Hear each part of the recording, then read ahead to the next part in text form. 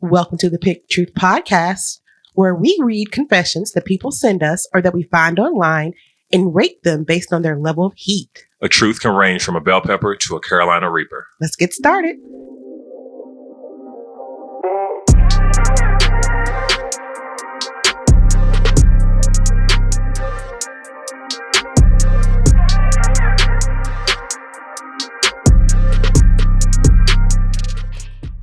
All right, folks, welcome back. Welcome back to another episode of Pick Truth. I'm your host, Dr. Vicky Harris. I'm here with my co-host, LaMont Hearn Jr. And we're here to bring the heat. All right, so this is take number 7 of this episode. So I'm gonna need you all to bear with us and provide a little patience because Lord have mercy, we might be a little bit all over the place. I mean, this is a re-recording of an episode, and I have no issue telling people that because we put in a lot of work, and I give you a lot of kudos for what you do in reading and studying and reaching out to people. So I appreciate it. No problem. It's a fun challenge, but yeah, we recorded it. We recorded a couple episodes and one was darn near unusable. And this episode was absolutely had to be a re-record. It was just unsalvageable. Mm-hmm. So just some technical difficulties that we are growing through. So we've been here having fun, actually discussing relationships and in general. Yeah, gotta love them. All types of relationships. Yeah. We had a Google Duo call a few days ago. Yeah. And on that call, we talked about what we think the main pillars are in a relationship. And I want to share what we came up with, if that's okay. Absolutely. And it's not just in a romantic relationship, but also with your friends, your family, and etc. So it would be very interesting to see what other people think. So we're on this duo call, and I asked the question. It kind of migrated, and this is what we came up with: that the pillars of all relationships essentially are communication, trust, honesty, respect, shared connection, and grace. So communication, trust, honesty, respect, very, very simple and straightforward. We know most anyone can understand what that means. Right. But the shared connection that can be different based on the relationship. Mm-hmm. It could be that eros love that you have for your significant other. It could be that phileo love you have for your brother, sister, best friend, or whomever. It's that shared connection. It's your teammate. You all have some level of a shared connection. And sometimes it's the little human beings that we create. Right. That's a shared connection. And then there's grace, so that when I'm not communicating well, or I am not displaying trust and honesty in the way that I should in our relationship, or I may have done something that you may deem as disrespectful, allow me the grace to be told what was done, and then, communicate to me, hey, this is what happened, and I'm having an issue with your trust here. And then give me the grace to either change that behavior or understand that our relationship is going to go separate ways because it's something I choose not to change. And that could be like with trust. Yeah. I don't trust everyone. Right. There's no one on this earth that knows everything about me, and I can't. And that's a safety thing for me. Yeah. But if that was a deal breaker for my friendship, I need to know everything, because some people do feel that way. We wouldn't be able to continue our relationship because it's not something that I give easily, let alone all of me. And that's even to my husband. I don't tell him everything because I don't even tell my therapist everything. That bitch is judgy. No, but that makes sense. I mean, I completely understand. I mean, obviously I was on this duo as well, but specifically grace for me stood out because you have to allow someone, especially if you have some level of commitment to that relationship, you have to allow them the space to be able to make those changes. And you also, on the other end, have to be able to take in the information that's being given to you and understand that it's not meant in a malicious way.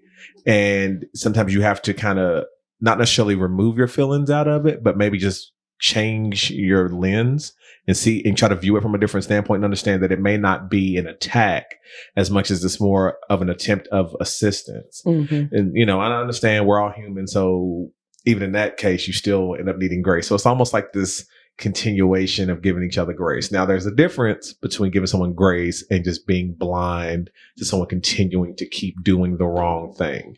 So that's where you have to be mindful of it. But it shouldn't be, oh, the first time you did it, nope, that's it, we're done. Because then that really starts to make me question, well, what was the foundation of your relationship in the first place? And, you know, it doesn't make me question the relationship. It makes me question the maturity of the person who's done the absolute thing. Because it could have absolutely felt real and been what it was in that moment, but they don't have the ability or the skill set to sit down and have a conversation to say, this is where I am. And a lot of that is that we don't have transparency. Right. We don't have that trust and that respect, you know, society doesn't allow it. You know, theoretically, if my husband wants to sit down with one of his old friends and say, you know, my feelings are hurt because you did X, Y, and Z, he may be looked at like a pariah. Yeah. While I'm like, yeah, baby, tell your feelings. I support you. That may not be reciprocated from, you know, his peers. Yeah. And so and we might not be able to articulate what we feel. Because sometimes I'm angry and that is the only thing we feel, but really it may be hurt or sadness or loss or whatever. So I don't know. I'm very blessed because I've brought this topic up to two different people after the group had their duo call. And the first question each of them asked me was, you have a group of friends that sit around and talk like that? All the time. Yeah. We will take a subject and dissect it, get opinions, agree, disagree, go up, down, left, right. And I'm like, you don't have friends you do that way? Yeah. How do you grow? Right. And you know, we're not all the same. No. We, at this not point, at all. Right. We're family at this point, but we're not the same. We don't think the same. Right. And it's great to be able to like have these deep conversations and see different perspectives and perspectives to see different perspectives. Yeah. And some of y'all shit's crazy. And some of including mine. Yeah.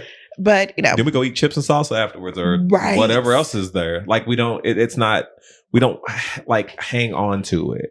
And I think that's the good part of it. And I didn't even know that you spoke to two people about it, but it's great that it's great that they were able to see it. I hope for other people that they can get that, because sometimes you do need a soundboard that is able to not necessarily reflect back what you want to hear, but what you may need to hear, or something that may give you different insight. Because sometimes if you're in a hive mind and you're just in this place where you're getting all the same information that's feeding into whatever you want to buy into, you know, you don't, like you said, you don't grow at that point. You just get more assured of what you already believe to be true. So just dead wrong, all the way around. Right. And everyone's telling you're right. Oh yeah, keep walking that tightrope. And you're right, girl. That's smart. But anyway. Right. I'm sure that is not what y'all came here to hear today. Like, give me the truths. I want the truths. As usual, I have two this week. One of them I think is pretty mild. And the other one, it's about relationships. So I got a little spin. I put a little thread there. Like this one is about relationship. It's specifically a husband and wife relationship. So I'm curious to see your thoughts. I just picked it based on our conversation prior to here. So I changed it when I saw I'm going to ask this question. So what about yourself? I have two as well. Ironically, they are about relationships as well. One is involving the lack of physical relationships. Not in the way most people are thinking when I say physical. I mean more in person. And the other is familial. So as far as the ratings on them beforehand, I don't really have an idea there, but I'm interested to see your response. All right. I'm going to jump into my first one. This one is titled, Got a Happy Ending at a Massage Parlor. Wife and I are 1,000 miles apart and are separated, according to her. It's been about a month now since she said we're separated.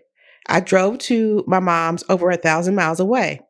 At first, she said she needed space, which is why she wanted me to pack my bags and leave. I haven't been the best husband. I haven't shown consistency in providing emotional support. I haven't been there for her most of the time when she needs it. She became exhausted over this.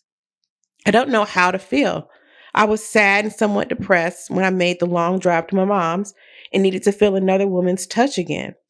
I don't know why I said yes when she offered a happy ending, but I guess I was looking for some form of intimacy that wasn't there. My wife stated several times that we are separated. We don't talk or text on the phone as often. She doesn't call me babe anymore. She calls me my real name, but she is kind of hinting that she's lost and doesn't know what the future brings or if we can ever be together again. It was my first time doing this and even my first time receiving a massage. I just felt lost. I just need to know if I'm a bad person for this. Okay, so as far as our scale goes, I don't think this is as spicy as he may feel. I feel like he's beating himself up more than he needs to. While I've never experienced the whole idea of being separated, as a married person, I kind of look at it from this point of view. If it was this repeated situation of we're separated, we have this very far distance and we're not really connected, I don't really know where we stand. So in that moment, I don't feel like this, I don't feel comfortable vilifying what he did. For our scale, I would probably say this is a Poblano based on the fact that for us, that means your truth could irritate others. There are some who would be upset by this. For me, not so much. I can understand why some people would be upset, though. I can get it because they would say you're still technically married and you should just not step out, regardless of what's going on. Because even if you all are having issues, that doesn't mean you should, act on carnal desires. Mm-hmm. But I don't think he's a bad person for this. I believe from what it sounds like, it was a moment of weakness. And I mean, people make mistakes. Mm-hmm. I think if they can find a way to, work through whatever issues they have, or if not, so be it. But I would not let this be the thing I beat myself up over. And I wouldn't let that be the decision on what I'm doing in my marriage. I would address whatever we have going on and kind of go from there. Yeah. So for me, it's a Poblano. Yeah. I have to agree with the Poblano, but, I'm ignorant, so I'm going to be ignorant. So first of all, I was thinking, how does it work with the happy endings? Like, do you go to the massage parlor and just be like, hint, hint? Or do you go to a specific type of parlor where they offer happy endings? And then is it now called a milk hand? Like, if you're constantly giving happy endings, would that be a milk hand? Can we make that a thing now? Like, I went to the massage parlor and she milk handed me? Or is that... I don't know. I'm calling it a milk hand. I know this is inappropriate. I know, but I'm just asking. Yes. Okay. I don't know. Yes. Okay. So to be more serious, look, first of all, there's so many ways that this could be wrong. You could be like, oh, you're blasphemous. You went to have sexual relations with someone else. You're married. You're a fornicator. You're this, you're that. But most importantly, you're human. Right. I agree with the Poblano because it could be irritating to know that there's maybe a pay for play situation because some people really, really don't like that. Although we need to really discuss that as a country of, making things easier for sex workers because, whatever. But that's neither here nor there. And I'm sure that's not anything that I can ever solve on this podcast. But I will say that, don't beat yourself up. Right. You're a human being and sometimes things happen and you've recognized that your role as you've played with your relationship and your spouse and, hopefully things work out for the best for the children. I mean, at some point, I don't care about the parents anymore. You all make your decisions and some, are good or bad. But as long as things work out for the kids, and I think they mentioned kids, I think. I could just have made that totally up. If there are children, hope you work it out for the children. If not, I hope you find whatever peace you need. And then next time, wear a t-shirt that says, I'll get that milk hand. Like, give me that milk hand. I want that milk hand. Like, I'm not fooling with you. That's what we're going to call it. It's a milk hand. Just milk hand. It's that sounds so nasty. But I am not a guy, but do you want somebody who's been milk handing like all the clients right before you? Okay, so I've never had milk hand. I mean, I know it's a new term, so coined here, of course. But I've never been to a massage parlor, never had a happy ending, also known as a milk hand. But I don't know if that would matter if I had to think about it. Now, hold on. When I say that, my position with that is if a person came to give me a massage and they hadn't washed their hands, they still had like leftover anything. Leftover milk. I'd have a problem with that. That would be my initial problem, is that I'm not going into an establishment that dirty anyway. I'm going to need you to sanitize. I need you to be coming out the bathroom with a towel, proving to me that you done something. You know, like moms be doing with kids. You wash your hands, let me smell. You know, now I'm not going to smell your hands because that's too... Especially if there's milk on there. It's too close. Yeah, that's not going to cut it. So you know what? I'm just going to bow out of this because this got weird. I don't want to. I've never been. I don't want to go. So, nope. Okay. Well, we both see that one as a poblano. We both see that as, it could irritate others, but you're not a bad person. No. And I hope you all get that situation resolved. And you're not the only person. I would wager $1, because I'm not a betting woman. Yes, I am. But I would wager $1 that there are many people who have been separated over the last year, especially with COVID. Oh, yeah. COVID has probably just decimated relationships. Oh, yeah. And trapped in a house with your significant other, like, no, I need to escape. Right. And my kids and my dogs. Oh, wait a minute. No, I'm still married. Just calm down. But seriously, I think that there are probably a lot of people out there who's experienced what he's experienced, that they're lonely. They miss their significant other. They need that touch. And maybe they've, went to a prostitute, went to a flame, I'm going to say something real crazy. Like, sometimes, if a sheep looks good, I don't know where you live at, where you work at. Hey, so I'm going to go ahead and go to my first truth, because nope. I'm just joking with that. But now seriously, there's probably people who really feel the same way, that they are separated and they have done something sexual with someone else to fill a void and feel extremely guilty. Right. So I think it's normal. It's normal to want intimacy. It's normal to feel guilty. I just wouldn't beat myself up about it, because we are. This is my thing. We all ain't shit. It's just different. Yeah, it's a different. Some has corn in it, some doesn't. Like, we all ate shit. That is all I'm going to say. Okay. So, LaMont, what do you got for your next one? Okay. So, my first truth is titled, "My mom had an abortion when I was 12, and I still hold some sort of resentment towards her for it. So, when I was around 12, my mom got pregnant by my stepfather. I went and told everyone, all my friends, most of my dad's side of the family, along with some people on my mom's side, about how I was going to be a big brother to a little boy or little girl.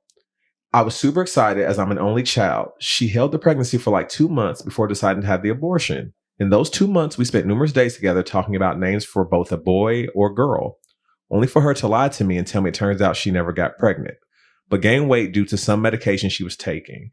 But then a couple months ago, she told me a different story.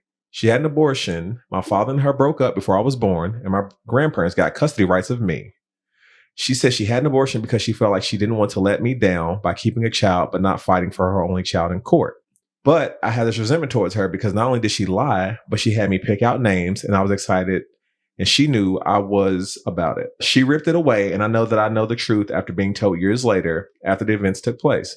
I'm still somewhat holding a grudge, and I don't know how to get over it. Okay. There's a lot there. Yeah. So he was 12 years old at the time that he was told that she was pregnant. He told his father's side, a few people on his mother's side, which makes me think that the grandfather and grandmother that had custody were probably paternal. Yeah.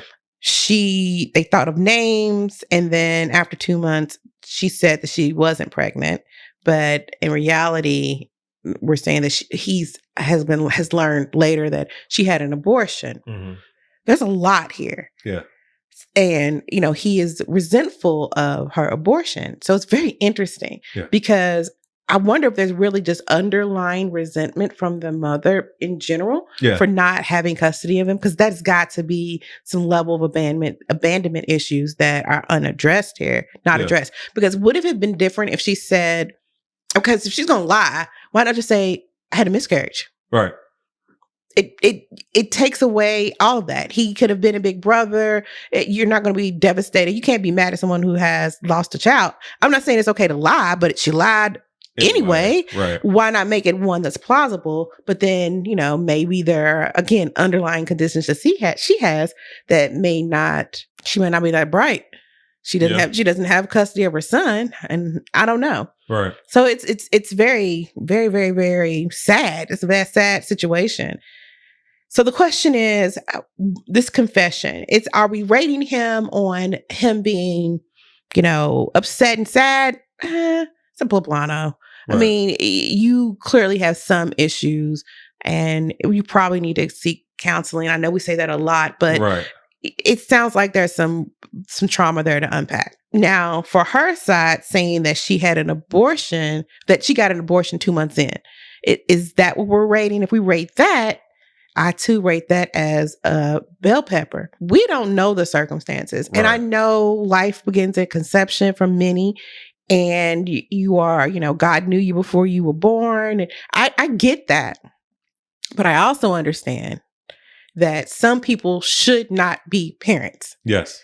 I know some people are chemically dependent on things that harm children. Mm-hmm. And while I am not a proponent for myself, I mean, anybody here but my husband, and I would jump out a window if that happened again. I'm not a proponent for myself to have that happen or to have an abortion. That's just not for me. Right. I can't say that it's not the right decision for other people. Mm-hmm. And then there's, okay, you could do adoption. Yeah, you could. Or, I rate that as a bell pepper too. Okay. Both of those, if you look at it from both perspectives, is a bell pepper. Okay. But it really sounds like, the mother let him down again. Yeah. Yeah. That's what it feels like and it sounds like. And again, this is why we do this show, folks. Like, we do a lot of comedy. We talk about these confessions, but I mean, really think about it. People feel abandoned. People feel betrayed. This individual, it seems like, has some type of issue with the mom. Mm-hmm. And that is a real thing. There are a lot of people out there who have mothers that, have let them down, who have disappointed them again and again. And to find out years later, after spending so much time being excited about being a brother, to learn this is yet another thing she lied about. Yeah. And you know what I'm saying? So there are people out here who hear this, who are listening. You are not alone. Like, this is what these confessions are for. Like, am I normal that this is how I feel? I don't feel that way, but I don't have those circumstances that you did. Right. But, some things are socially unacceptable, which is why you get to the Reaper. Mm-hmm. But this here, you're a human experiencing human emotions, and you're having a human experience, as someone has once said to me. I would give it a bell pepper. I would have to agree, especially for the child. I know people who've had instances that they were adopted by others, and I've seen some of the impact, even within close proximity to me.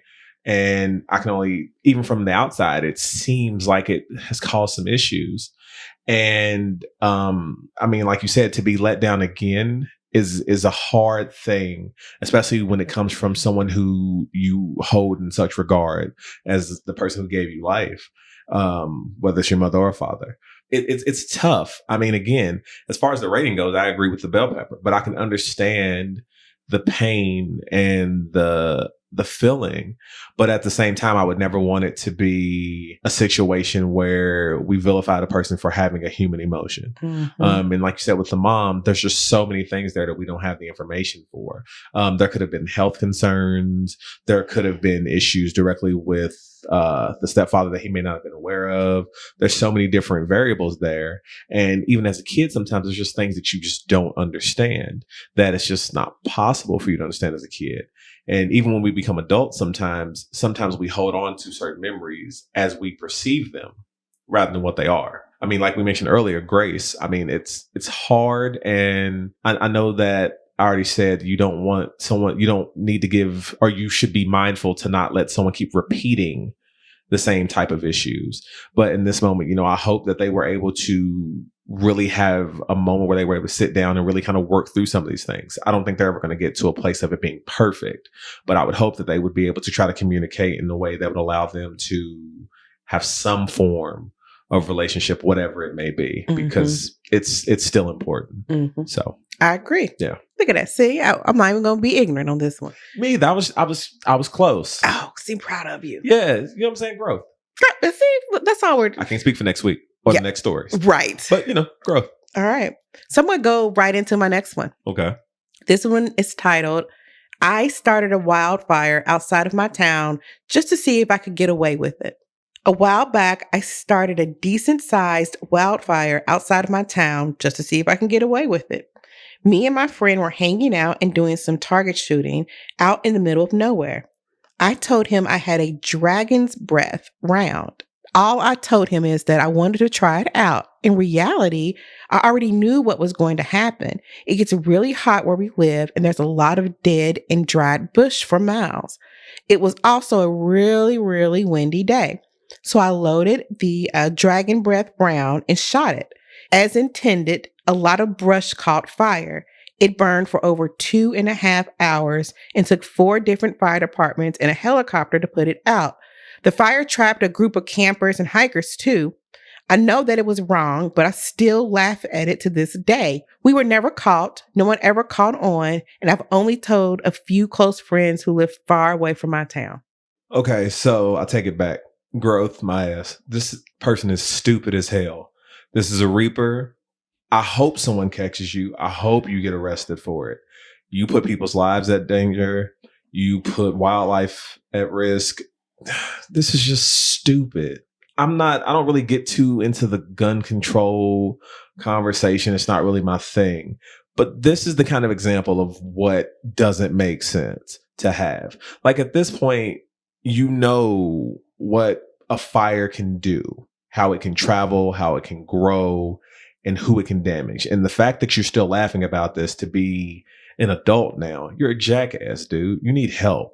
So, of course, I agree it's a Reaper. I looked up a dragon's breath ammunition, and it looks like a giant torch, guys. It looks like an absolute, like a torch gun, like a giant flame. Listen, I'm going to call it a dragon's breath. It really looks like a dragon is shooting its breath out. That's what it looks like. So go Google it if you want to see a couple of images of what that is. Ridiculous. It says it's an incendiary effect round. Like by definition, come on, dude. Ignorant. It's just foolish. First of all, you could have gotten yourself hurt. You've put the lives of all those firefighters in jeopardy. Mm-hmm. You put the lives of those campers and hikers in jeopardy. I mean, it's just one. And I think your friends that you've told, like, did you tell them that you accidentally did it or you did it on purpose? Right. Because there's a difference. Yeah. If LaMont came over here and told me, like, look, I accidentally set my car on fire, this and the third happened, I'd be like, dang, that's messed up, dude. Like, you need a ride.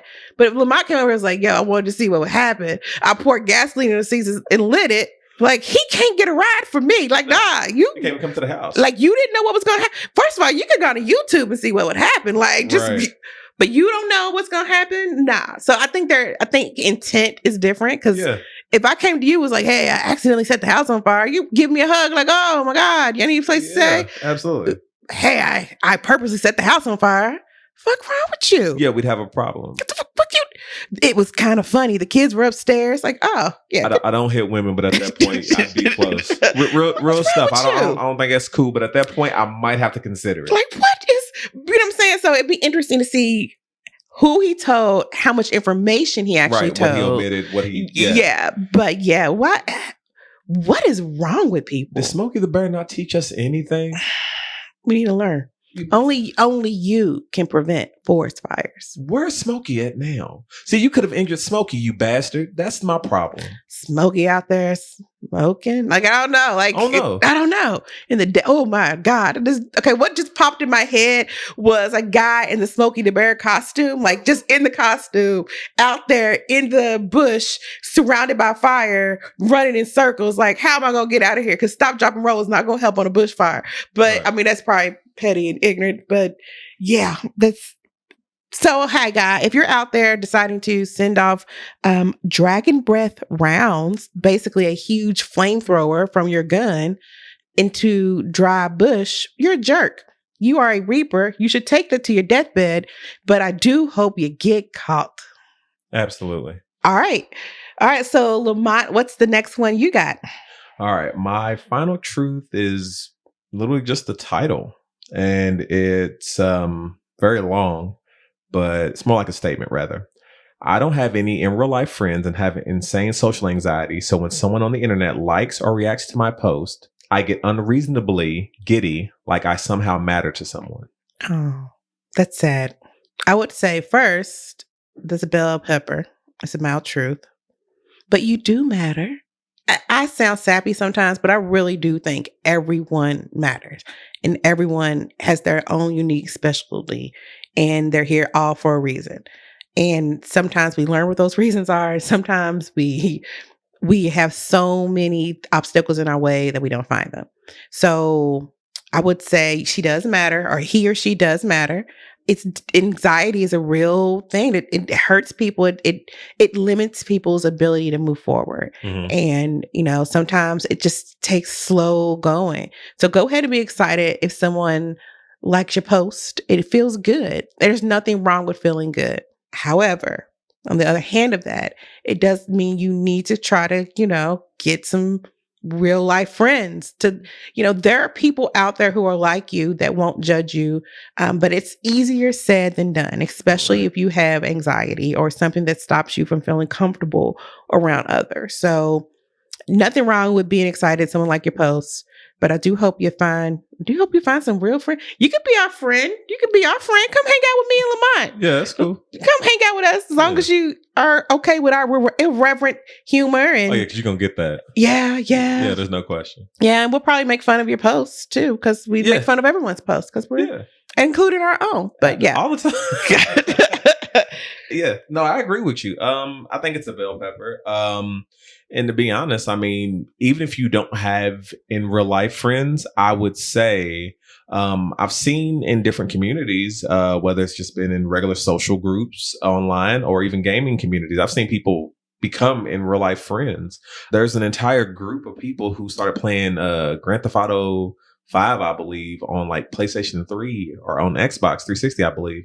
And they now have a yearly get together where they do barbecues, and it's like for a whole week. They bring their wives or their husbands and their kids. So they all get together, have a big old cookout, and they now socialize with each other in person. And I think now as we've changed into a new age with being able to talk to people all over the world, you don't have to now just speak to the people who are directly near you, but at the same time, you should still make some effort to cultivate in-person relationships, just because there is a certain chemical release that occurs in being near someone and being able to, bond with that person, as we've been talking about relationships. So it's ironic that I believe 3 of the stories, if not 4, with the stupid ass who decided to tell his friends his half story about him lighting stuff on fire. Stupid.